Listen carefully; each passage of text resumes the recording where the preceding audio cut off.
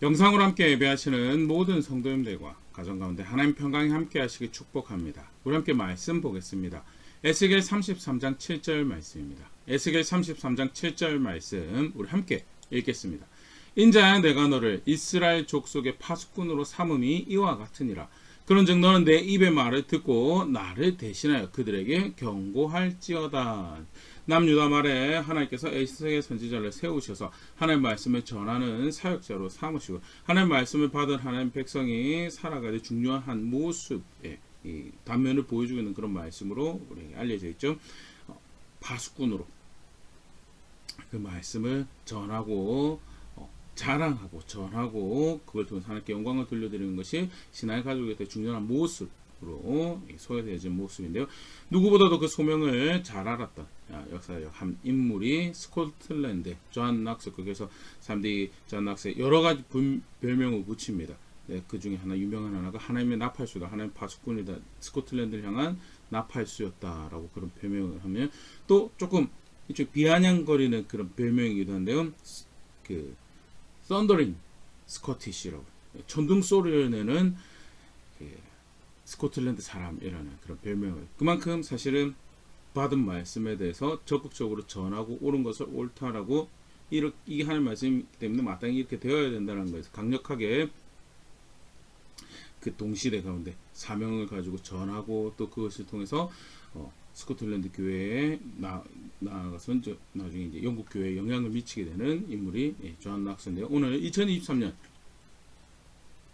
종교개혁 기념주를 맞이해서요, 존 낙스와 스코틀랜드 교회에 대해서 간단하게 한번 살펴보고요.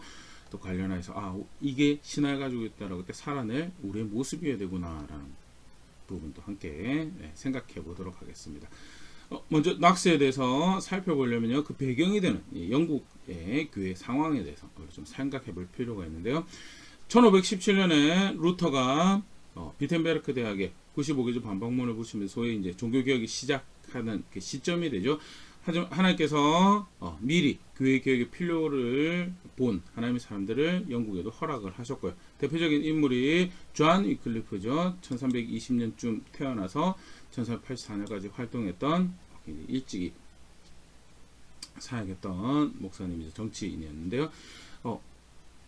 교회가 잘못 가고 있다는, 교황에 의해서 가르쳐지고 행하고 있는 예식들도 잘못된 것이고, 그 부분에서 굉장히 심각하게 문제를 생각했고요. 또 이분이 대표적으로 또 지적했던 문제점이 교회를 통한 구원에 대해서 그런 거 없다는, 보편적으로 구원받는다기보다는 개인의 신앙으로 구원받는 거예요. 교회를 통한 구원을 주장할 때 교회 권위를 세우는 수단이 되는 건데요. 그게 아니고 하나님의 말씀을 알고 말씀에 반응하는 개인이 믿음으로 구원받는 것이고, 그래서 성도들의 손에 성경을 쥐어야 되는, 그래서 존이 그 대표적인 업적 중에 하나가 영어 성경을 번역하는 그런 작업을 했었고요. 그리고 교황의 권위와 교회 안에 잘못된 모습들에 대해서 비판하고 가르치는 그런 역할들을 했었었는데요. 위클리프 이후에 위클리프 가르침을 또 사상에 영향을 받았던 사람들이 영국뿐만 아니고 유럽 대륙에 이렇게 사역을 하게 되죠. 대표적인 인물이 체코의 야누스 같은 경우도 위클리프 영향을 받았는데요. 영국 안에서 또 위클리프 다음으로 또 크게 영국 교회를 향해서 경종을 울리고 또 개혁되어야 될 모습에서 열심히 사역했던 인물이 여러 인물이 있죠. 그런데 대표적으로 또 학자들 꼽는 인물이 윌리엄 틴데일이라는 사람이 있습니다. 1494년부터 1536년까지 사역을 했던 분이시고요. 대표적인 업적으로는 영어 성경을 번역을 해서 사람들의 손에 쥐어주었던, 일반적으로 틴데일의 당 사회상을 이야기를 할 때 영어로 주기도문을 외우는 것조차도 허락이 안 돼 있는 그런 사회였다고. 그런데 그런 사람들에게 하나님의 말씀을 쥐어주고 돌려주는 것을 중요하게 생각하고 그 일을 감당했었고요. 그 외에도 위클리프가 이야기했던 교회 문제점에 대해서, 개혁의 필요성에 대해서 가르치고 했던 그런 사람이에요. 안타깝지만 헨리 8세 때 통치기간에 이제 잡혀서 화형을 당하게 된, 그런 해서 사형 마감을 하게 되는데요. 이렇게 하나님께서 먼저 보내셔 사역하게 사역자들이 있었고, 그 배경에서 사실은 틴데이 같은 경우는 이제 낙스랑 살짝 겹치기도 하는데요. 그런 배경에서 이제 영국교회 이야기가 있고, 그 배경에 낙스가 있는 거에 대해서 계속 이제 영국교회의 이런 사역자들 그 이후에 이제 종교개혁이 발생을 하는데요. 그 당시에 그 왕으로 등장했던 인물이 헨리 8세라는 왕이 있습니다. 헨리 8세가 그 재임 초기에는 교황청과의 관계가 상당히 원만했습니다. 뭐 아주 우호적이다라고 보지는 않는데 학자들이요. 그래서 굉장히 원만한 상황이고, 특별히 루터가 1517년에 종교개혁을 기치를 올리고 난 후에 많은 영주들이 루터의 가르침에 동조하고 또 우호적이지는 아예 반대는 하지 않더라도 그래도 어느 정도 중도를 지키려는 그런 입장들 제스처를 취하는 영주들이 있는 중에 헨리 8세는 그 종교개혁 개혁 사상이나 가르침에 대해서 적극적으로 반대하는 그 입장을 취했고요. 당대의 교황이었던 레오 10세가 1521년에 헨리 8세는 이 가톨릭 신학의 수호자인 것 같다라고 그렇게 별명을 내릴 만큼 우호적인 관계에 있었다는. 그런데 헨리 8세에게 문제가 발생을 합니다. 헨리 8세가 이제 헨리 7세 아들로 왕이 되는데요. 근데 헨리 7세가 왕이 되기까지는 영국이 큰 내전을 겪었거든요. 왕위 계승권 문제로 큰 내전을 겪고 30년 동안 전쟁한 이 전쟁이 소위 이제 장미전쟁이라고, 장미를 문양으로 쓴 두 가문들의 전쟁이었다 해서 장미전쟁이라고 별명을 붙일 만큼 30년 동안 큰 내전이 있었고요. 그런 배경 안에서 헨리 8세가 왕위 계승을 할 아들을 가져서 소란일 발생하지 않고 왕위를 잘 물려주는 것이 자기 굉장히 중요한 업무라고 생각을 했던 그런 이해가인데, 근데 첫 번째 결혼했던 스페인의 캐서린하고 사이에서 3남 3녀가 태어났는데 딸 하나 말고는 다 이제 일찍 죽게 되는 그런 일이 발생하고요. 딸 하나니까 아직 그때까지도 여왕이 흔치 않은 케이스여서 왕위 계승할 아들이 없다라는 그런 판단에서 이제 그러고 있는 상황이었죠. 근데 그런 상황에 이제 왕의 시녀로 있었던 앤 볼레인이라는 여성이 눈에 들어오고요. 이혼해야 되겠다는 그런 생각을 이제 하게 됩니다. 이혼을 하겠다고, 이혼을 허락해달라고 교황청에 이제 의견을 제시했을 때 교황청에서 그걸 거절하죠. 그 공방이 7년 동안, 무려 7년 동안 이혼 문제 가지고 삐걱삐걱거리다 결국 마지막 최종 결론은 교황청에서 그거는 허락할 수가 없다 이렇게 결론이 나죠. 근데 사실은 이게 그 전에 캐서린하고 결혼하는 거에 있어서도 순전히 정치적으로 교황이 편들어줬기 때문에 아주 기술적으로는 스페인의 캐서린이 형수였던 사람이거든요. 근데 그 형수였던 사람하고 결혼을 하는 일에 있어서 교황청이 허락을 해줬었는데 이번에는 안 된다 하니까 그러면 내 그런 교황청이랑 더 이상 이제 원만하게 가지 않겠다. 그러면서 이 헨리 8세가 수장령이라는 법을 1533년에 발표를 합니다. 이 대표적인 내용은 영국 안에 있는 교회의 최종 보스는 또는 최종 우두머리는 왕이다. 왕이 모든 교회의 통솔권을 가지는데, 그 전에는 사실은 이제 지금도 우리나라도 그렇지만 캐톨릭의 머리는, 캐톨릭의 진정한 수장은 지금도 로마에 있는 로마 교황이 수장이다라는 거죠. 그래서 서대신 성당 같은 경우 우리 동네에 있는 성당이라든지 어느 전 지구의 어느 곳에 있는 성당이든지 물론 지역구의 간섭과 감독 아래, 관리 아래 있지만 최종적인 권위는 로마 교황이 가지는 그런 식으로 되어 있죠. 근데 영국 교회는 이혼 문제에 허락하지 않고, 그렇다면 영국 안에서는 내가 내 마음대로 하겠다라고 이제 헨리 8세가 수장령을 내리고, 결국 이제 영국 교회, 소위 말하는 성공회가 세워지게 되는 것이 이제 수장령으로 해서 세워지게 돼요. 그렇게 삐걱삐걱대는 사이에 헨리 8세가 이제 그 옆 나라에 있는 우리가 이렇게 교황의 권위에서 벗어났으니 너네도 우리랑 같이 가자라고 스코틀랜드에 제시를 하고 자기 아들 에드워드 6세와 스코틀랜드 공주하고 결혼을 시키려고 했는데 스코틀랜드 그걸 거절을 하죠. 제임스 5세가 그걸 거절을 하고, 그러면서 스코틀랜드랑 또 헨리 8세 전쟁을 한번 치르기도 하고 그런 상황이 펼쳐지고요. 이 헨리 8세 이후에 그토록 이제 아들 때문에 첫째 부인하고 이혼하고 둘째 부인도 아들을 못 낳아요. 둘째 부인은 아들 못 낳고 딸만 낳아서 둘째 부인은 사형시켜버리고 셋째 부인 제인 시모를 아내로 맞이해서 제인 시모어 사이에서 에드워드 6세가 태어납니다. 에드워드 6세가 이제 헨리 8세 이후에 왕이 되는데 에드워드 6세는 처음부터 로마 카톨릭하고 상관없이 자랐던 아이고요. 그래서 굉장히 개혁적인 성향을 가진 신앙을 가지고 있어. 그 에드워드 6세 때 영국 교회가 조금 더 캐톨릭으로 분리돼서 신학적으로 자리 잡는 계기가 되고요. 그 이제 중요한 역할을 했던 인물이 토마스 크레머라는 인물이 있습니다. 네. 토마스 크레머가 성상 숭배라든지 고해 성사 같은 캐톨릭의 비성경적인 성례들 제거하고요. 영어로 예배드리는 거 만들고요. 그것을 보조하기 위해서 공동기도문이라는 것을 만들게 되죠. 공동기도문이 단순히 기도문뿐만 아니라 그걸 통해 신앙을 가르치는 어떤 일종의 신조 역할을 하는, 그리고 구체적으로 성공의 42개조 신조를 구축을 하게 된 그런 업적을 에드워드 6세 통치 아래서 만들게 됩니다.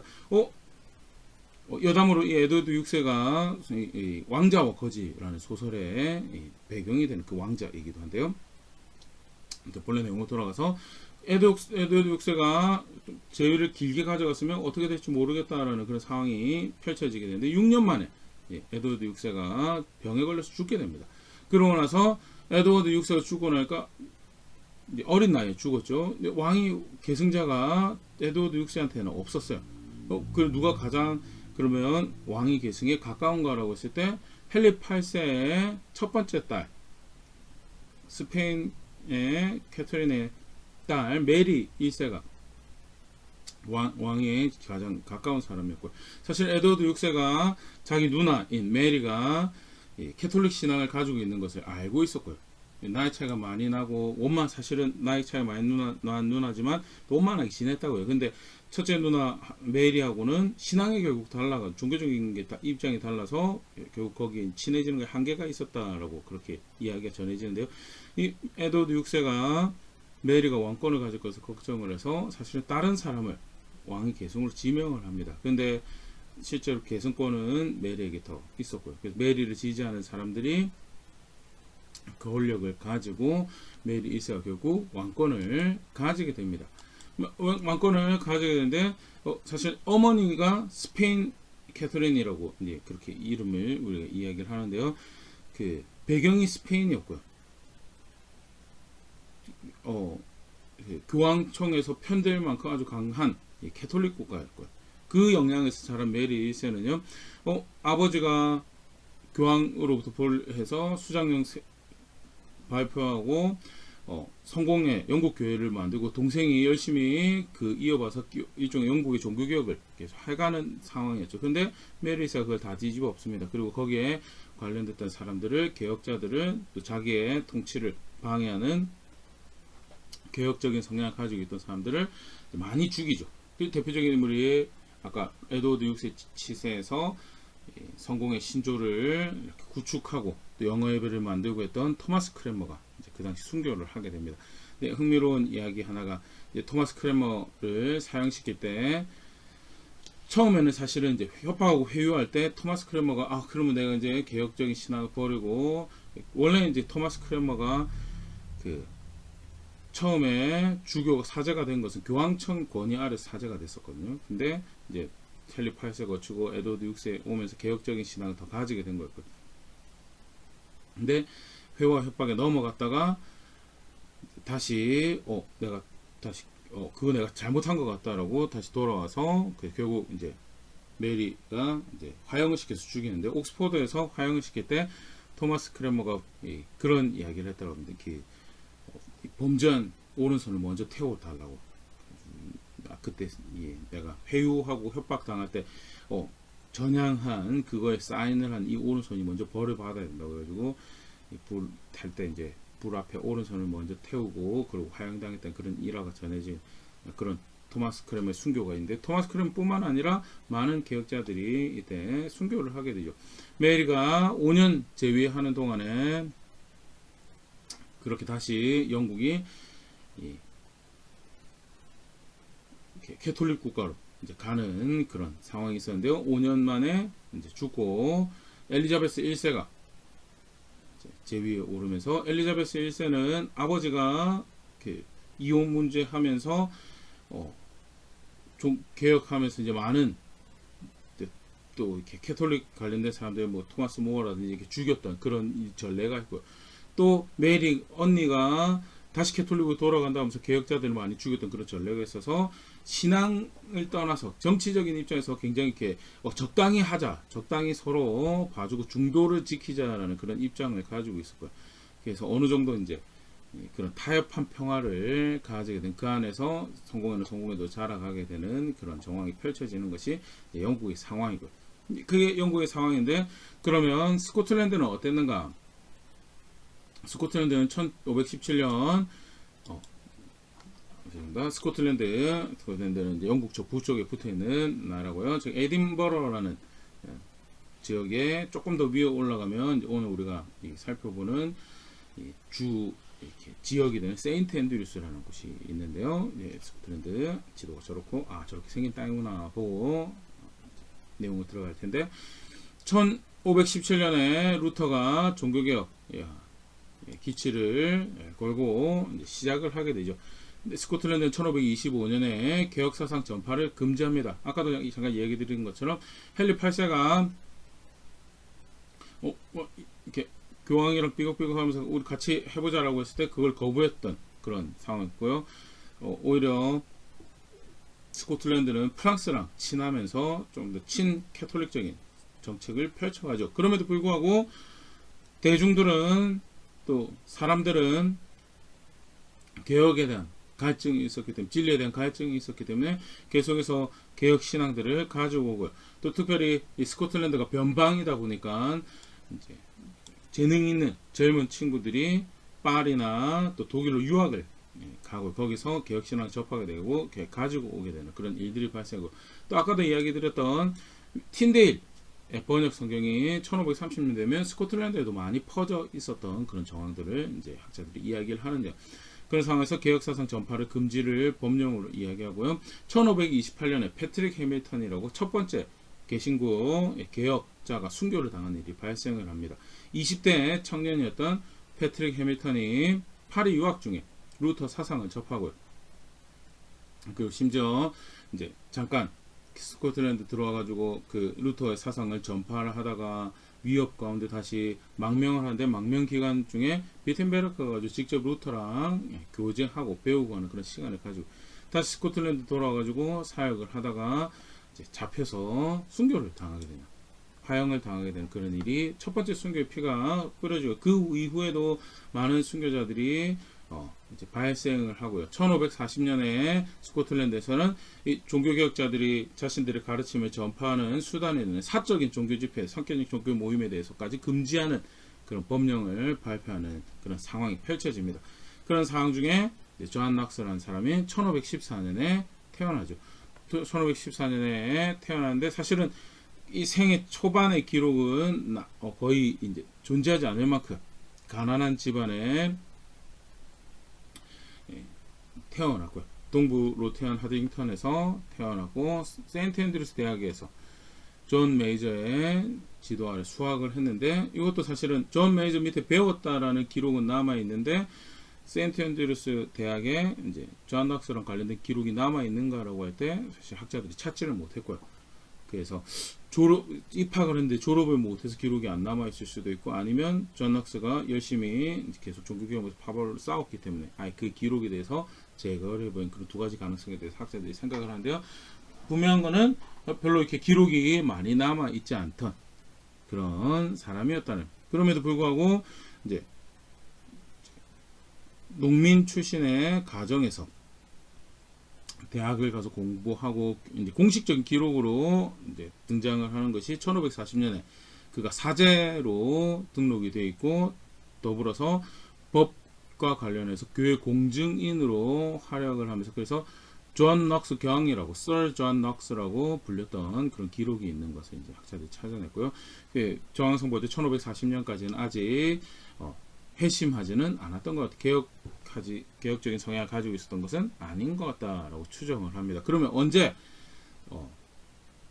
예수님을 소위 말하는 믿고 믿음으로 구원받는다는 그런 성경적 이해를 가지고 교회가 캐톨릭 교회가 하는 것이 틀렸구나라는 그런 이해를 가지게 되는, 소위 말하는 회심을 하게 되는가라고 할 때 1543년 44년경을 학자들이 추정을 하는데요. 대표적으로 그에게 영향을 끼쳤던 인물을 하나 이제 꼽으면 조지 위샤트라는 사람이 있습니다.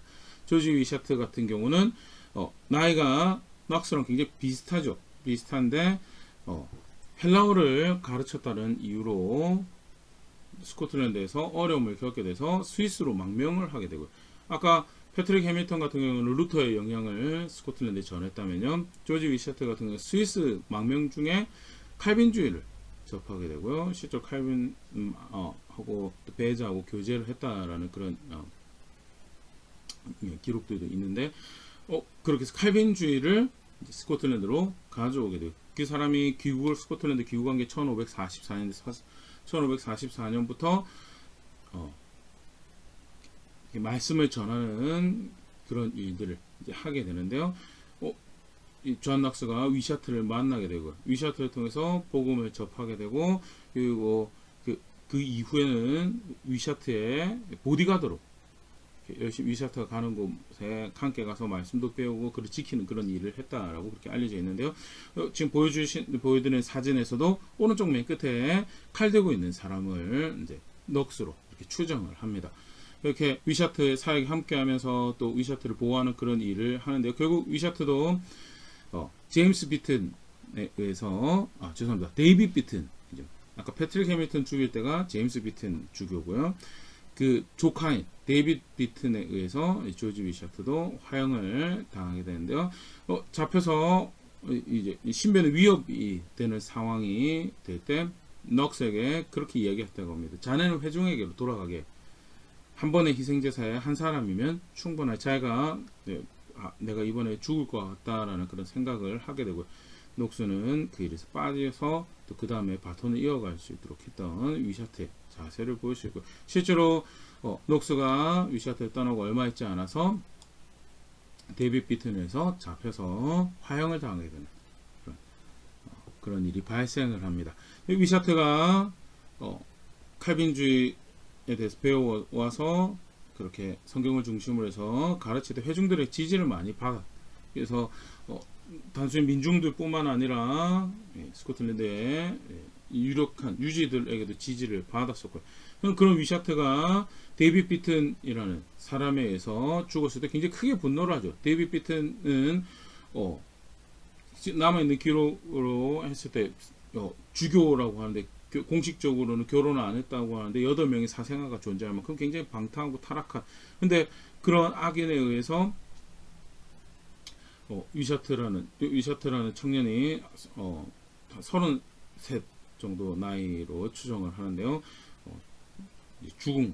굉장히 분노를 하게 되고, 결국 이 개혁을 지지하고 개신교 신앙을 가졌던 사람들에 의해서 이 데이빗 비튼이 암살을 당하게 됩니다. 세인트 앤드루스 성에 그 사람들이 침입을 해서 데이빗 비튼을 암살을 하게 되고, 그것이 단순히 암살로 끝난 것이 아니고 사람들이 모여서 일종의 민란처럼 발생을 하게 되고, 결국 군대에 의해서 이 세인트 앤드루스 성이 포위를 당하게 되는 그런 일이 발생을 하는데요. 근데 위샤트를 이렇게 떠났던 넉스가 이 세인트 앤드루스 성에 이제 함께 하게 됐고요. 그 반란에 참여하기 위해서, 밀란에 참여하기 위해서 했다기보다는 거기서 우리를 가르쳐 달라라고, 우리에게 와서 설교를 해달라는 요청이 있었고요. 그래서 이 넉스가 제자들을 데리고 앤드루스 성에 들어가서 이쪽 설교 사역을 한 거죠. 밀란에 참여한 건 아니고. 그런데 결국 이 세인트 앤드루스 성이 함락을 당하고요. 스코틀랜드 군대랑 프랑스 군대에 의해서 함락을 당하게 되고, 이 넉스는 프랑스 갤리선 노자비로 잡혀가게 됩니다. 잠깐 여기서 하나 또 짚고 넘어가면, 왜 프랑스 군대가 여기 몰려와가지고 스코틀랜드 개신교도들을 잡아가고 넉스도 노자비로, 노예로 잡아갔는가에 대해서, 그 헨리 8세가 자신의 아들 에드워드 6세를 이제 스코틀랜드 공주랑 결혼을 시켰죠. 메리랑 결혼을 시키려고 했는데, 그 어머니가 제임스 5세가 그 결혼했던 여성이 프랑스 여성이었고요. 메리 드 기즈라고 프랑스에서 그 개신교도들 죽이는 바돌로메 그 학살 때 그 대표적으로 그 일을 했던 기즈 가문의 이 여성이었고요. 굉장히 캐톨릭에 심취해 있는 캐톨릭을 추종하는 그런 왕비였고요. 그래서 자기 딸을 어린 나이 심지어 프랑스로 보내서 프랑스에서 자라게 하는 그런 사람이었던 거예요. 프랑스랑 원만한 관계가 가지고 프랑스 군대가 와가지고 세인트 앤드류스에서 있었던 일종의 민중 봉기를 이렇게 잠재우고 넉스는 그때 끌려가지고 19개월 동안 노예 생활을 합니다. 굉장히 힘들었던 시간이었고요. 특히 종교적 문제로 잡혀온 거에 대해서 배 타고 있던 군인들도 다 알고 있던 상황이기 때문에 계속 회유하고 힘들게 하는 그런 일들이 있었다고 합니다. 그럼에도 불구하고 타협하지 않고 미사에 참여하지 않고 틀린 건 틀린 거고 바른 건 바르라는 그런 자세를 보였던 것이 당시의 넉스의 모습이었다라고 소개를 하는데요. 19개월에 사실 노예 생활도 원래 19개월이라고 시간이 정해져 있던 건 아니고요. 기약 없는 노예 생활을 하던 중에 넉스에 대해서 알게 된 토마스 크레머 그리고 에드워드 6세가 잉글랜드가 힘을 써가지고 넉스가 거기서 이제 프랑스랑 딜을 해가지고 풀려나게 되고요. 풀려났는데 아까도 얘기 드렸던 것처럼 스코틀랜드는 친 프랑스로 가지고 캐톨릭 분위기로 가고 있어. 스코틀랜드에 가서 살기는 좀 그렇고 그래서 오히려 이제 잉글랜드로 망명을 하게 됩니다. 아까도 얘기했던 에드워드 6세도 그 넉스에 대해서 개혁적인 성향에 대해 인정을 하고 있는 상황이었고요. 특별히 토마스 크레머가 넉스에 대해서 호의를 가지고 있던 상황이었고요. 그래서 그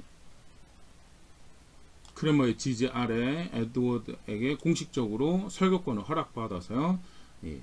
잉글랜드 버윅과 뉴커스에서 이제 사역을 하게 됩니다. 잉글랜드 버윅은 굉장히 북쪽에 스코틀랜드랑 거의 이제 맞닿는 그런 지역에서 그렇고요. 버윅에 처음으로 개혁 사역자로 가서 활동했던 사람이 이제 존 넉스라고 그렇게 알려져 있는데요. 49년부터 50년 그리고 53년까지 잘 지냈어요. 그래도 그나마 개혁적인 성향을 가진 넉스가 나중에도 이야기 드리지만 넉스가 볼 때 잉글랜드 교회가 완전 성경적으로 가는 건 아니었기 때문에 비판의 목소리를 내긴 합니다. 그럼에도 불구하고 그래도 개혁적인 성향을 가지고 있던 그런 왕과 그런 분위기 아래서 적어도 이렇게 토론하고 또 수정해갈 것들에 대해 수정해갈 수 있는 그런 전국들이 펼쳐지는데 그런데 에드워드 6세가 6년 제의, 아주 짧은 제의 끝에 죽고 병으로 죽고 헨리 8세의 누나였던 메리가 집권하면서 잉글랜드 분위기가 바뀌죠. 다시 캐톨릭으로 돌아가면서 많은 개혁가들이 이제 죽고 또 교회가 위협을 당하는 그런 상황이 펼쳐지고 1554년 스위스 제네바로 망명을 이제 가고요. 먼저 이제 바로 제네바로 가지는 않죠. 프랑크푸르트에서 있다가 제네바로 가서 이제 칼빈에게 영향을 받는 그런 일이 이제 발생을 하죠. 굉장히 이렇게 칼빈주의 또 칼빈의 성경을 이해하는 거에 이제 많이 영향을 받았던 존 넉스를 볼 수가 있고요. 단순히 그냥 망명 와서 편하게 있었다 그런 정황이 아니고 계속 제가 고국을 향한 뜨거운 마음이 있었고요. 그래서 55년에도 몰래 스코틀랜드에 들어가서 한 9년 정도, 9개월 정도, 9달 정도 사역을 하다가 다시 돌아오고요. 그 영향에 의해서 성경을 바르게 이해하고 그것을 우리가 따르겠노라고 헌신하는 영주들이 또 지주들이 이제 발생을 할 그런 모임들이 생기게 되는 그런 상황들도 스코틀랜드에 발생을 하게 되는데요. 그렇게 망명 생활을 하는 중에 이제 1558년 이제 이런 게 이제 학자들로 하여금 또 후대 평가에 하나님의 나팔수였다라고 스코틀랜드를 향한 파수꾼이었다라고 그런 이야기를 하게 되는 한 대목인데 1558년 이런 글을 하나 씁니다. 여인들의 소름 끼치는 통치에 반대하는 1차 비난이란 총 3차 비난까지 글을 계속 쓰게 되는데요.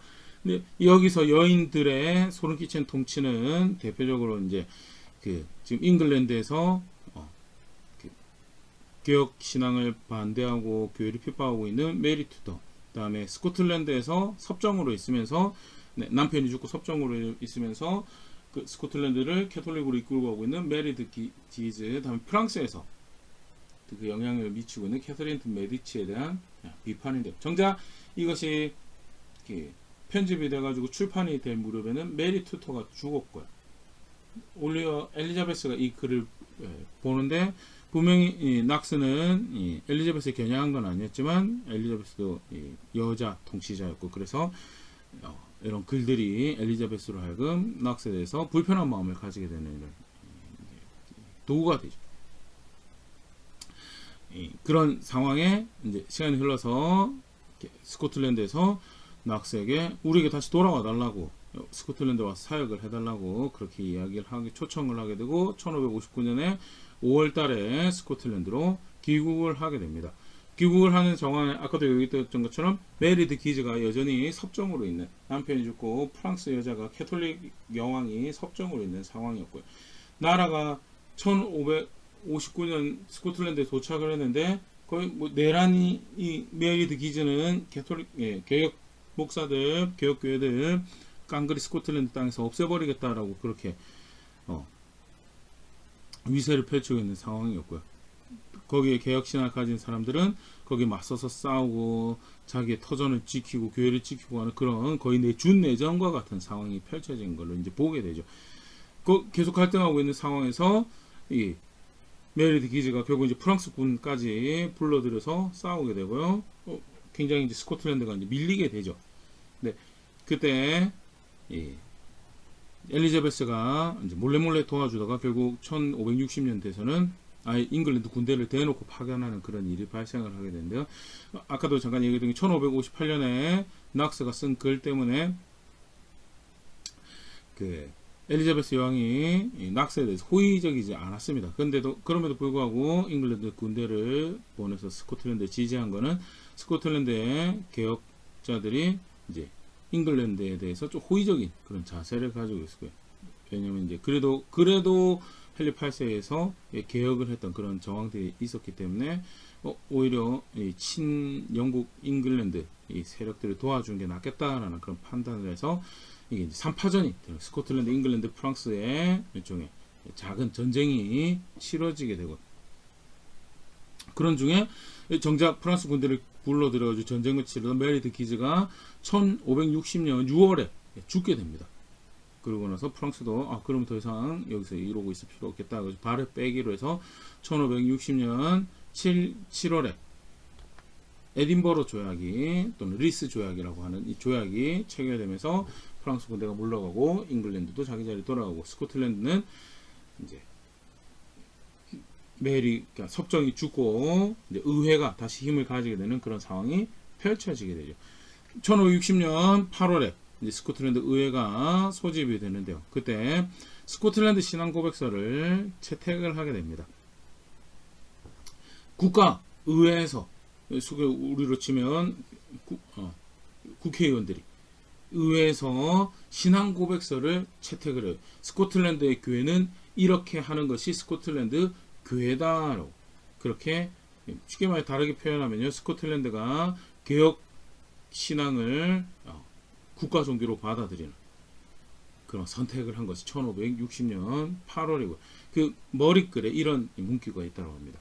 만일 어떤 사람이 우리의 신앙 고백서 속에서 하나님의 거룩한 말씀에 위배되는 어떤 항목이나 문장을 발견한다면 그가 오류라고 밝힌 것을 개정할 것을 약속한다는, 그만큼 사실은 철저하게 성경의 권위를, 최종적인 권위를 가지고 그것에 의해서 규정되는 신앙을 고백할 것, 그렇게 살아갈 것이다, 그렇게 교회를 운영할 것이다 라고 고백하는 그런 이해에서 고백서를 만들고, 그거를 국가기관에서 이게 스코틀랜드 교회를 정의하는 것이다 라고 채택을 하는 그런 일이 굉장히 사실은 큰 방점이죠. 많은 순교자가 발생하고 망명생활하고 그런 힘든 가운데서도 사실 이제 이 스코틀랜드 신앙 고백서가 4일 만에 작성이 됐다고 하는데요. 그 6명의 조안이 다 이 first name 이름이 존 낙스, 존 모, 잔 모 이렇게 가가지고 6명이 존이 존스가 했다라고 그렇게 학자들이 이야기를 하는데요. 6명이 존이 만든 이 신앙 고백서가 의회에서 채택이 되어지고 그렇게 스코틀랜드가 국가 종교로 개혁 신앙을 받아들이게 된 그런 일이 발생합니다. 그리고 주도적인 역할을 했던 사람이 존 낙스라는 이제 그 일에 함께 하게 되죠.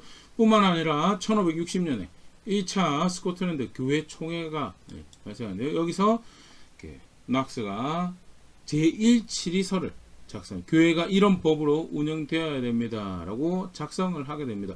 물론 총회에서 이게 사실 이제 이런 부분이 굉장히 어려운 부분인데요. 바로 개혁을 하고 그걸 한다라고 반포를 했지만 사실은 지금까지 계속 스코틀랜드는 영향력이 있긴 있어서도 뿌리 깊게 캐톨릭 신앙을 지켜오던 그런 교회와 그런 신앙생활을 하던 사람들이었고요.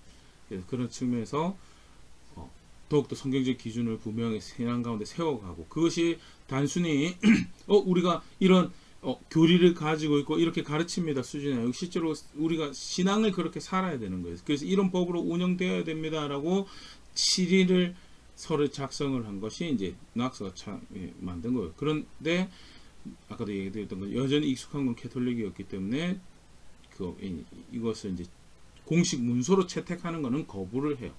그런데 이 문건이 작성되었다는 사실 자체가 이제 굉장히 중요하죠. 그리고 이 낙스를 지지하고 그의 가르침에 따르는 사람들은 또 그것이 성경적이라고 옳다라고 호의를 가지고 있는 사람들은 적어도 이제 그 영향에 이제 이런 것들을 함께 해가는 그런 무리가 되는 거고. 1.7에서 내용도 간단하게 이 내용 하나 엿볼 수 있는 대목을 보면요. 죄 없는 사람들을 구제하며 폭정을 억제하며 억눌린 사람을 변호하여 우리의 몸을 정결하고 거룩하게 보존하며 절제하는 생활을 하며 모든 사람을 말과 행동에서 정의롭게 대하며 우리의 신앙을 헤아려는 성향을 억누르는 것은 하나님께서 가장 기쁘시게 받으실 만한 십계명의 둘째 판에 요구하는 선행들이다 하는 말씀에서 이렇게 하라고 말씀하셨기 때문에 우리는 실제로 그것을 행할 것이고 그것을 행하기 위해서 오늘의 우리의 말로 우리가 이해할 수 있는 방법으로 기준을 이렇게 세운다라고 그리고 이대로 하지 않을 경우에 해당하는 벌을 받게 될 것이다 라고 작성한 것이 제1치리서 문건이고요. 1560년에 교회 총회에서 의회에서 규정하는 교회 총회에서 이것이 작성되어지고 논의되어졌다는 사실 굉장히 사실 고무적이죠. 이제 그래도 녹스를 비롯한 종교개혁 때 수고한 대로 어느 정도 열매가 맺혀지는 그런 것 같다라고 하는데요. 반전이 발생을 합니다. 1561년 실상 이제 의회가 존재하게 되는 의회 국가는 아니죠. 왕정 국가고요. 그리고 메리 기즈 드 메리 죄송합니다. 메리 드 기즈의 딸이 메리 스튜어트가 프랑스에서 있다가 프랑스 사실 이제 프랑스와 2세랑 결혼을 했는데 프랑스와 2세가 왕이 오르고 얼마 못 있다가 죽어요. 그래서 과부가 되었고 더 이상 프랑스에 있을 그게 없는 상황에서 스코틀랜드로 귀국을 하고 어머니가 죽은 상황에서 결국 여왕이 되기 위해서 이제 스코틀랜드로 귀국을 하게 되죠. 그게 1561년 8월에 메리 스튜어트가 스코틀랜드 귀국을 하게 되는데 귀국을 하고 나서 첫 주 뭐 했느냐? 자기 왕궁에서 캐톨릭 미사를 이제 가지게 되는 그런 일을 합니다. 쉽게 말해서 학자들이 그렇게 이야기를 하는데요. 개신교 국가의 캐톨릭 여왕이 통치자로 오게 된 케이스. 또 다른 갈등을 야기하는. 그리고 실제로 이 캐톨릭은 이 메리 스튜어트는 자기 외삼촌들이 기즈 가문이 열심히 프랑스에서 이 개혁 신앙을 가진 사람들 위그노들을 사냥하고 죽이러 다녔던 것을 가까이서 봤던 그런 상황이었고요. 자기도 스코틀랜드에서 똑같은 짓을 할 작정을 하고 있는 정황들이 펼쳐지는 거죠. 더더군다나 그런 상황에서 이제 과부가 되었는데 아직도 이때 나이가 이제 메리 스튜어트 나이가 10대였다라고 합니다. 그래서 이제 재혼을 하는데 재혼 대상자를 하는데 소위 낙스가 볼 때 그다지 신앙에 신실하지 못한 귀족하고 이제 결혼을 하려고 하는 그런 정황이 펼쳐지고 그런 게 이제 굉장히 안타깝죠. 안타까워서 5~5차례나 이제 이 녹스가 여왕이랑 대담을 하게 돼요. 1561년 9월, 62년 12월, 63년 4월, 63년 5월, 63년 가을 이렇게 아주 5차례 여왕이랑 대담을 하고 여왕에게 어떻게 생각하는지 바른 것인지 어떤 선택을 바른 것인지 막 열심히 이야기를 합니다. 근데 지금 보여드리는 그림에서 본 것처럼 메리 왕은 낙스의 이야기를 싫어요. 낙스의 이야기 싫어하고요. 낙스가 섬기던 자이스 교회랑 여왕의 왕궁이랑 1km 차인데요. 그런 일도 있었다고 합니다. 낙스가 설교를 하는데 메리 왕이 분노의 눈물을 흘렸다. 메리 왕이 그런 이야기를 했다고 하죠. 낙스의 설교가 더 두렵다고. 유럽의 군대보다도 낙스의 설교와 기도가 더 두렵다는 그런 이야기를 했던 유명한 일화도 전해주고 있는데요. 분명한 것은 5차례 대담을 했는데 여왕이 신실하지 않는 것을 확인했고요. 그런 상황에서 거침없이 여왕이 행하고 하는 일들에 대해서 비판을 하고 또 그런 심지어는 이 캐톨릭을 따르고 그렇게 해서 스코틀랜드 사람들 마음을 어지럽히고 교회를 어지럽히는 그 일에 대해서 새로운 이세벨이다라고 이야기할 만큼 굉장히 강경하게 잘못된 거에 대해 잘못됐다라고 이야기하는 그런 일을 합니다. 그런 상황에 조금 이렇게 귀를 기울였으면 참 좋았을 텐데 여왕은 정말 하고 싶은 대로 프랑스에서 배웠던 것 하고 싶은 짓을 그대로 하면서 신실하지 않는 남편 단리 경이라는 사람과 결혼을 하게 되는데 단리라는 이 사람은 정치적 목적을 위해서 개혁신앙을 가질 수도 있고 캐톨릭 신앙도 가질 수 있다라고 정치적으로 굉장히 유연하고요. 그만큼 신실하지 않은 사람이죠. 근데 또 이 여왕에 대한 질투가 좀 있었어요. 그래가지고 여왕이 친하게 지내고 가깝게 지내는 악사를 간통했다라고 해가지고 사람들이 보는 앞에서 여왕이 보는 앞에서 이제 죽여버리는 그런 일도 하고 결국 사실 달린이랑 사이가 안 좋아가지고 이 메리가 바람을 피우죠. 그래서 달린을 죽이는 그런 누가 죽였는지 모르겠다라고 하지만 정황상 볼 때 메리가 달린이랑 결혼하는 그걸 이제 그려놓은 그림이고요. 제임스 헵번 보스웰 경이라고 불려지는 제임스 헵번하고 작당을 해서 달린이를 죽이고 보스웰이 여왕을 납치를 하고 그리고 결혼식을 하는 그런 일이 발생을 하고요. 그래서 학자들은 다 정황상 보스웰하고 작당을 해서 달린이를 죽였구나 라고 추정을 하는데 아무튼 그런 부도덕하고 불의한 일을 계속을 하게 되고 낙스는 쉴 수 없죠. 그래서 잘못했다 비판하고 저렇게 하면 안 되는 것이다 라고 하면서 계속 스코틀랜드 사람들의 교회 사람들의 마음을 지켜가는 그런 수고를 계속 이어가고 그런 측면에서 계속 파수꾼 역할을 열심히 한 저항들이 쭉 흘러갑니다. 결국 여왕을 지지하던 사람들조차도 여왕의 부도덕함에 두 손 두 발 들고 그래서 여왕을 하야시키고 강제로 왕권을 뺏는 그러면 누구한테 왕위를 물려주냐 여왕의 이렇게 앞에 단리 경하고 사이에 태어났던 제임스 6세 제임스 6세가 근데 1567년 제임스 6세가 즉위가 되는지 제임스 6세가 즉위할 때 나이가 2살이었어요. 2살이고 여왕은 거기서 왕권을 잃어버리고 일종의 폐위가 돼서 구금되는 상태에 있는데 다시 군대를 일으켰다가 결국 스코틀랜드에서 있지를 못하고 쫓겨나서 이제 자기 사촌이 있는 잉글랜드 엘리자베스 1세 밑에 이제 망명을 하게 되죠. 근데 사실은 이 메리 스튜어트가 프랑스에서 배워왔던 버릇인지는 잘 모르겠어도 계속 이 왕권에 대한 그런 권위적인 거에 대한 욕심을 내려놓지를 못합니다. 그래가지고 결국 엘리자베스 1세 밑에서도 자기가 잉글랜드의 적법한 통치자다라는 그런 주장으로 그런 무리들에 의해서 또 그것을 견제하는 세력들에 의해서 결국 문제가 발생을 하고 엘리자베스 1세에서 사형을 당해서 그렇게 생이 마감이 되는 그런 일이 발생을 하는데요. 제임스 6세는 이제 2살 때 왕으로 죽이고 엄마랑 그렇게 떨어지게 되죠. 엄마가 떨어지면서 개혁신앙을 가진 어른들에 의해서 성장을 하게 되고 나중에 이제 제임스 1세가 되고 제임스 1세 때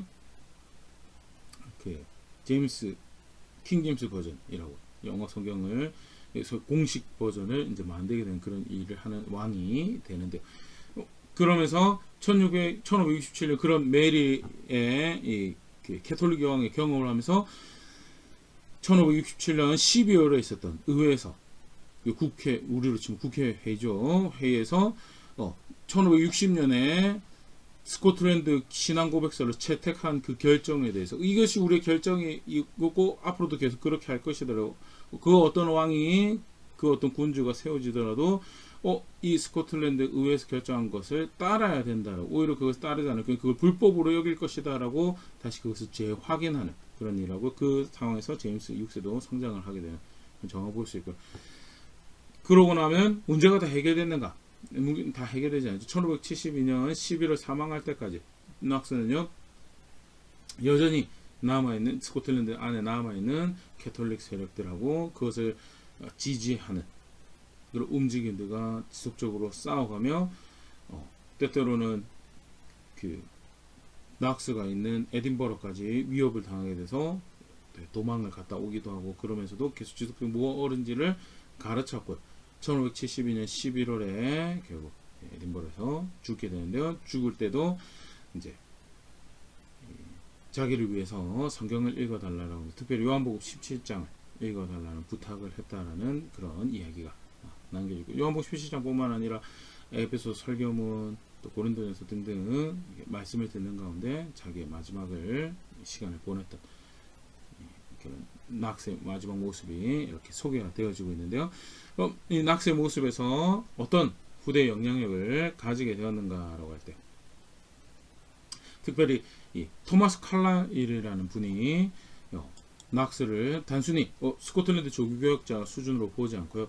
그 이후에 영국 교회 전반에 영향을 미치게 된 청교도 운동 또 청교도 주의의 창립자라고 설립자라고 그렇게 표현하는데 어떻게 그가 그런 모습을 보여주는가라고 할 때 로이드 존스 목사님도 사실 거기에 동의를 하고 이렇게 이 두 가지 모습을 이런 모습에서 그가 청교도주의 또 청교도 신앙의 설립자로 볼 수 있다라고 그렇게 이야기를 하는데요. 첫 번째 모습이 독립성과 독창성이 그런 대표적인 특징으로 볼 수 있다는 여기 독립성과 독창성은 무엇을 의미하는가라고 할 때 로이드 존스 목사님 이렇게 설명합니다.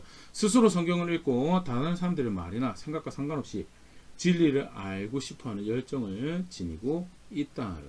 다른 사람이 이렇게 말하면 이게 옳은 모양이다 저렇게 말하면 저게 옳은 모양이다 다 그렇게 가더라도 거기 휩쓸리지 않고 스스로 성경을 읽으며 스스로 그렇게 공부하면서 심지어는 칼빈의 크랜머의 공동기도문이라든지 칼빈의 예배에 관한 지침 예배 지침 같은 것도 그냥 비판 없이 받아들인 것이 아니고 그것을 과연 그것이 성경대로 제정이 되었고 그것이 과연 말씀을 입각하면서 진리를 가르치는 게 진실한가에 대해서 계속해서 검증하고 실제로 그걸 따르고자 하는 열정들을 가지고 있어요. 그것이 굉장히 후대에 나타나는 청교도 정신에 굉장히 부합하는 모습이었고 그런 본보기가 되었던 낙스가 청교도 운동의 설립자로 볼 수 있다라고 그렇게 이야기를 하는 겁니다.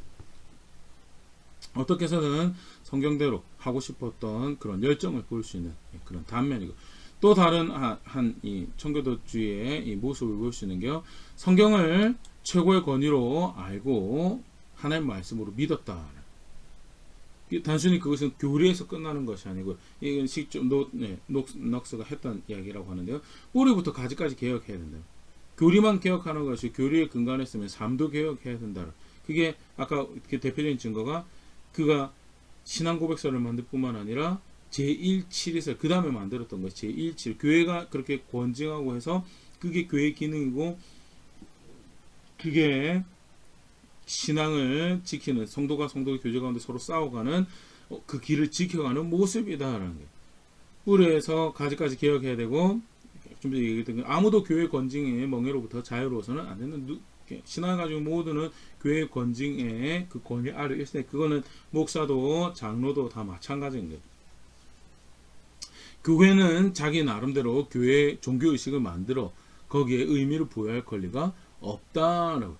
성경의 기준, 그만큼 성경 기준이 되어야 되고 그것은 예식에서뿐만 아니라 교리에서도 삶에서도 기준이 되고 그렇게 성경의 권위를 가져야 될 거에 대해서 싸워가지고. 근데 아까도 잠깐 얘기했는데 공동기도문 같은 경우도 공동기도문에 아까 잠깐 잉글랜드에서 망명했던 그런 기간이 좀 있었는데요. 거기 그 잉글랜드에서 할 때 그 전에 캐톨릭에서 하던 모습 그대로 성찬식 무릎 꿇고 성찬을 받던 그런 관습이 있었다고 합니다.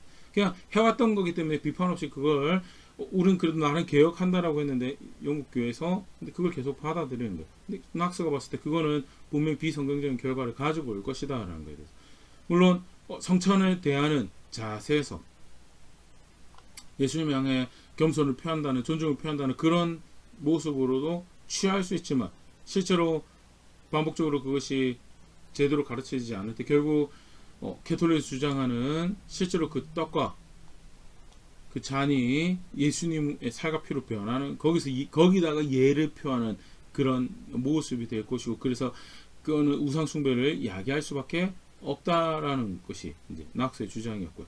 그래서 거기에 대해서 수정해야 된다라고 또는 부연 설명을 달아야 된다라고 열심히 크레머를 설득을 하고 또 이야기하고 교회에서도 그렇게 강경하게 가르치고 그렇게 해가지고 결국 그거를 수정을 해냈던 그런 모습이 이제 성경을 최고 권위로 알고 마음대로 종교 예식도 만들지 않는 이것이 느낌이 좋다 이것이 감동이 되더라 그런 거 절대 없었다. 아울러서 성찬시 흔히 말하는 제병이라는 제사용 빵을 사용하던 거예요. 제사용 미전병을 사용하던 거에서 일반 빵으로 바꾸는 뭐 그냥 편의에서 바꾼 모양이다 그렇게 생각하시는데 사실은 특별한 빵을 사용하고 특별한 모양을 가진 거에 대해서 그게 마치 의미를 가지는 것처럼 생각하는 무리들 그런 이해들이 발생하는 게 절대 아니다. 예수님이 성찬을 제정하시고 거기에 의미를 부여하신 것은 그것 자체가 의미를 가지는 것이 아니라 그가 그걸 비유적으로 사용하고 그래서 우리가 생각할 때는 말씀에 근거해서 그걸 비유적으로 사용한다. 그게 낙스의 이해였고요. 그래서 그런 이해에서 제병 대신 빵을 사용하는 것도 세계 최초로 그렇게 했다라고 또 이야기를 하긴 하는데요. 우리가 빵을 사용할 수 있는 것도 거기서 이제 출발을 한 거 알 수 있으면 좋을 것 같고요. 공동기도문 같은 경우에도 물론 개혁을 한다라고 했지만 다 동의할 수 없는 내용인데 사실 그 영국의 종교개혁 과정으로 간단하게 봤었지만요.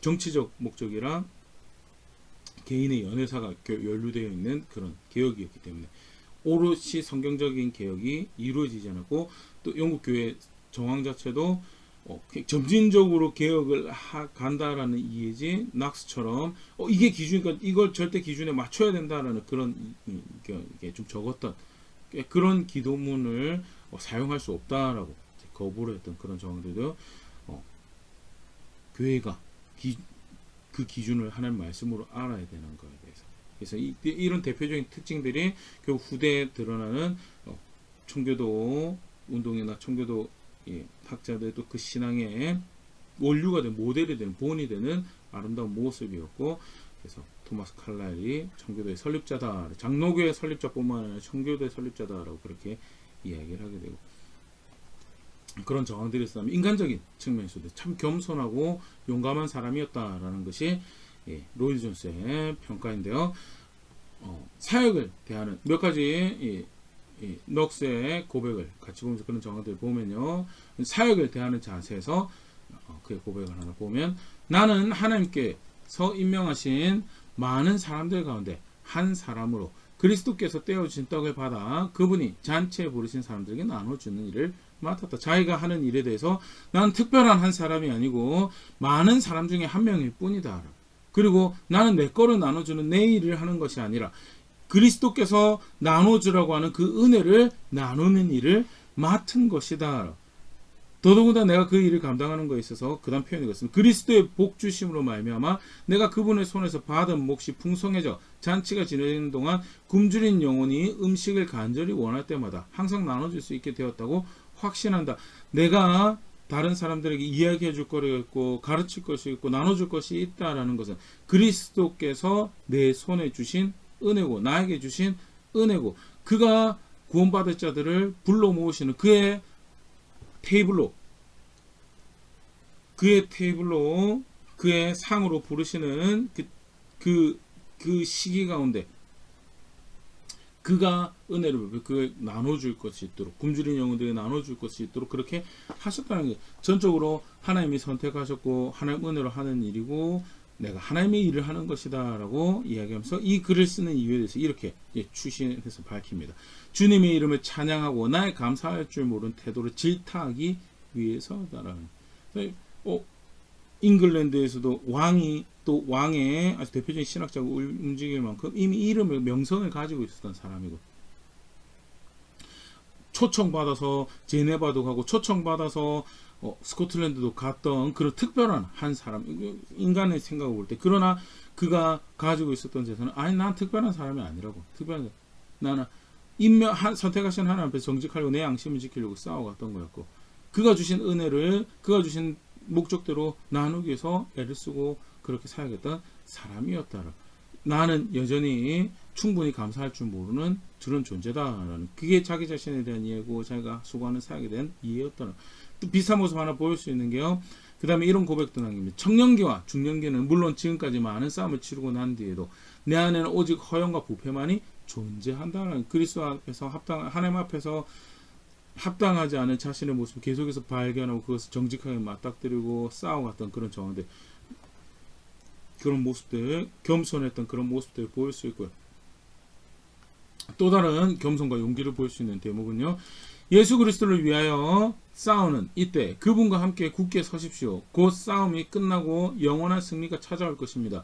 왜냐하면 주님께서 친히 그 놀라운 권능으로 우리를 보호하실 것이기 때문입니다. 그분은 싸움이 가장 치열할 때 우리에게 승리를 안겨주실 것입니다. 그분은 우리의 눈물을 영원한 기쁨으로 바꾸어 주실 것입니다. 라고 가르쳤던, 그리고 그렇게 글을 썼던 넉스의 모습을 보일 수가 있고요. 사실 굉장히 호락호락하지 않는 그런 시간들 가운데 그 어떤 생각을 가지고 임했고 그것이 그로 하여금 그런 용감한 선택들을 만들 수 있는 원동력이도 동기가 되었는가를 보일 수 있는 그런 대목들이고 실제로 그렇게 용감하게 해야 될 일들을 해 나갔던 그런 정황을 볼 수 있고요. 또 그런 정황 또 하나 보일 수 있는 것이 우리가 아까 봤던 여왕들에 대한 그들의 그릇된 통치에 대한 비판을 서슴없이 했던 그런 정황이고 엘리자베스 여왕에게도 이런 이야기를 했다라고 합니다. 비록 세상에 있는 사람이 모두 똑같이 옳다고 주장하더라도 하나님께서 그의 말씀으로 인정하시는 것만이 모두 인정될 것이며 그분이 단죄하시는 것은 모두 단죄될 것이다. 아까도 잠깐 우리 시작할 때 영국 종교개혁 보면서 제가 그런 이야기를 드렸었는데요. 엘리자베스 1세 같은 경우에는 아버지를 통해서 언니 통해서 죽어간 사람들을 너무 많이 봤기 때문에 어느 정도 그냥 정치적인 스탠스를 중립적으로 중도적으로 취해가면서 교회도 그렇게 운영하는 그런 상황이었고요. 그러니까 어느 정도 평화가 온 거예요. 그러니까 소위 말하는 그냥 그렇게 가도 되겠다라고 하는. 그런데 낙스는 아니다라고. 그의 말씀으로 인정하는 것만이 모두 바른 것이다. 그 반대로 그가 죄다라고 그가 잘못됐다는 것은 아무리 좋아 보이고 현재 평화가 되더라도 그것은 죄일 거다라고 그 누구에게 엘리자베스 여왕에게 그 이야기를 했다. 그렇게 하지 말라고. 그래서 엘리자베스 여왕하고 낙스는요 절대 편한 관계는 아니었다라는 거 첫 단초부터 좀 삐걱대고 끼었고요. 낙스는 그렇게 나중에 후대의 평가를 그렇게 합니다. 사람의 얼굴을 두려워하지 않는 설교자였다고. 그렇게 용감하고 그러나 동시에 겸손하고 어떤 경황은 그런 비판을 받기도 합니다. 여왕들에 대해서 그렇게 비판적인 자세가 여자에 대해서 굉장히 권위적인 그런 자세를 가지고 있었던 거 아니냐는 좀 더 친절하고 나이스했었어야 되는데 또 사실은 목양을 하면서 썼던 편지들을 보면요 굉장히 온유하고 온건한 태도를 가지고 있는 관대한 태도를 가지고 있는 그런 모습들을 편지에서 찾을 수가 있고요. 그래서 여자에 대해서 부정적인 자세를 가지고 잘못된 불의한 모습을 보여줬던 것이 아니고 그들이 행하는 불의에 대해서 참지 않고 그것이 잘못됐다라고 싸웠던 그런 모습으로 우리가 이해할 수 있을 것 같습니다. 그래서 굉장히 좋은 본으로 물론 잔 학사 모두 다 훌륭하다라고 그렇게 하지는 않습니다. 비판받아야 될 부분은 비판받아야 되는데요. 분명한 것은 정말 처절하리만큼 자기 인생을 걸고 하나님 말씀으로 존중받아야 되는 거예요. 그것을 그렇게 인정하기 위해서 자기 스스로와도 그렇게 싸우고 또 자기의 영향력 아래에 있는 사람들에게 하나님께서 주신 영향력 아래에 있는 사람들에게 그런 영향력을 끼치기 위해서 수고하고 애쓰고 용감한 선택들을 만들었다. 그런 아름다운 본이고요. 그가 대표적으로 붙잡았던 이해했던 중요한 이해, 성경적 이해했던 사상이라고 표현을 하는데요. 이안 머레이 목사님 소개하는 세 가지 마저 살펴보고 오늘 마무리하고요. 사실 다 성경적인 내용이고요. 우리가 어떻게 우리의 신앙에 대해서 어떤 이해를 가지고 살아야 되는가에 대해서 분명히 보일 수 있는 그런 대목인데, 첫 번째 이안 머레이 목사님 소개하는 낙스의 사상은요, 우리는 하나님의 영광 위에 존재한다. 따라서 하나님의 영광을 구하는 것이 참된 경건의 본질이다.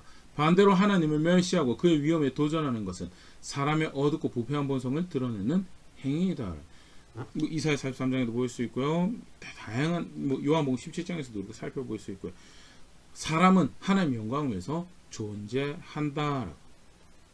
진정한 경건은 성경을 읽는 것도 그렇고 암송을 하는 것도 그렇고 구제하고 봉사하고 여러 가지 일들을 신앙이다라고 하는 그 모든 것은 궁극적으로 어떻게 하나님의 영광을 구하는 것이에요. 그게 참된 경건의 본질이다. 반대로 그렇지 않는 것은, 그렇게 하나님 멸시하고 그의 위엄에 도전하는 것은 악이고 죄다라는 신앙의 중요한 이해죠. 정욕을 제어하고 하나님의 영광을 추구하는 베드로전서에서 볼 수 있는 그런 내용들이고, 대표적인 신앙에 대한 이해. 더불어서 두 번째 넉스가 붙잡았던 이해는요, 성도는 어떤 희생을 치르든 또 어떤 결과를 받게 되든 하나님 말씀에 전적으로 복종해야 된다. 좀 더 구체적으로 말해, 성경에 없는 것이 교회 안에 있다면 그것은 모두 불법이다. 성경에 없는 것이 교회 안에 있다면 그것은 모두 불법이다. 그만큼 하나님 말씀으로 여겼고요. 어떤 희생을 치르든 어떤 결과를 따르든 복종을 하는 것이, 그게 진짜 자기 하나님을 아는, 그가 구원이신, 그가 생명이신 것을 아는 모습이다.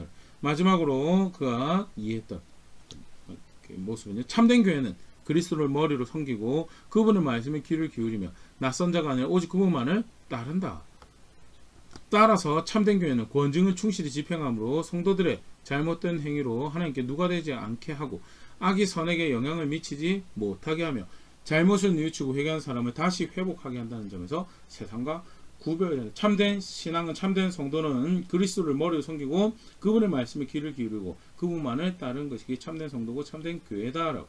그렇기 때문에 그 교회가 함께 모인 자리는, 그 성도가 함께 모인 자리에서는 그 예수의 말씀이 법이 되어서 충실하게 그것이 집행되어요. 그게 선이면 선하다고 격려하고 위로하고 도전하지만 반대로 그게 악이라면 잘못됐다라고 이야기해주고 거기에 대해서 징계함으로써 악이 선에게 영향을 미치지 못하도록 교회를 보호하고 성도를 보호하는 그런 일도 하고, 반대로 거기에서 뉘우치고 돌아온 사람이 새롭게 교회 안에서 그리스도의 지체로 살아갈 수 있도록 회복하는 그런 일들을 하고, 그렇게 그의 몸으로 살아가야 되는, 그게 교회고, 그런 점에서 세상과 구별된다라는 것. 어떻게 보면 제1치리서가 신앙고백서 다음에 바로 등장했다라는 것이 이런 낙스의 이해에서 보일 수 있는 부분이고, 그냥 굉장히 호전적이고 전투적인 사람이라 가지고 줄 긋고 네 편 내 편 만들고 아닌 사람은 벌 주고 막 그런 거 막 관심 있던 사람처럼 보여질 수도 있지만요. 근데 사실은 좀 전에도 낙스가 표현이 그렇죠. 그리스도를 머리로 삼고 그분의 말씀에 귀를 기울이고 그분만 따른다라고 했을 때, 실제로 그것이 법과 기준이 되려면 공동체 안에 그것이 기준인 것에 대해서 계속해서 확인이 되어지는 그런 일들이 발생. 그게 사실 권징이라는 거죠. 그리고 그것이 하는 대표적인 기능이 뭐냐? 선에게 잘하고 있는 사람에게 악이 영향을 미치지 저건 잘못된 거다라고 함께 규정을 하고 그거를 선을 그어놓고 실제로 그렇게 한 케이스에 있어서 저건 벌받은 모습입니다. 실제로 이런 징계가 내려집니다라고 하는 걸 통해서 계속 선을 보호해가는 그런 역할을 하는 겁니다. 단순히 그걸로 끝나는 거죠. 그렇게 징계가 내려졌을 때 그것은 죽이려고 멸망시키려고 하는 것이죠. 뉘우치게 하는 거. 실제로 그 받아들여 뉘우쳤을 경우에 다시금 지체로 받아들이고 그리스도 안에 자라갈 수 있도록 지원하고 지지하는, 그것이 공동체의 관계고요. 그게 성도의 교제고요.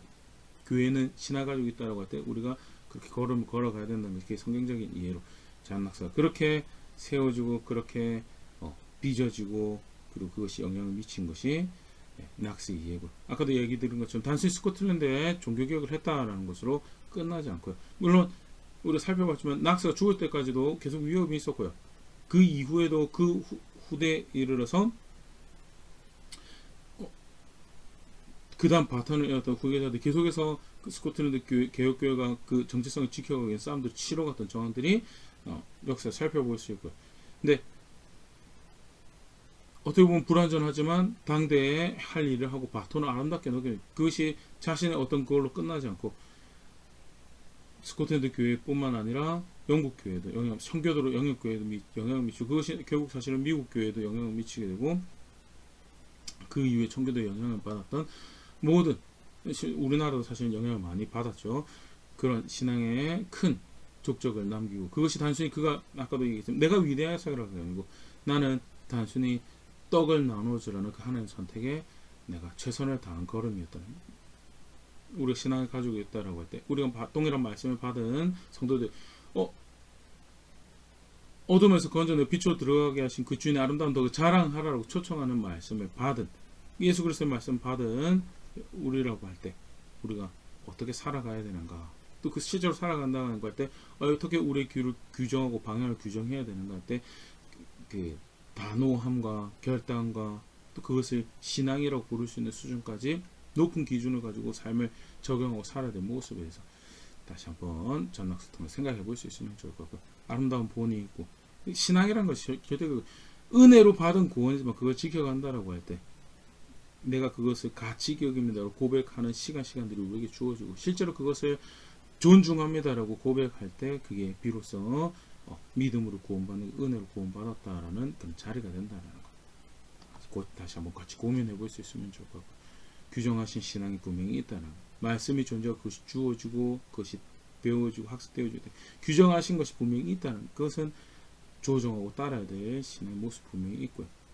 선배들의 아름다운 본이 또한 우리에게 도전이 되고 또 모델이 되죠.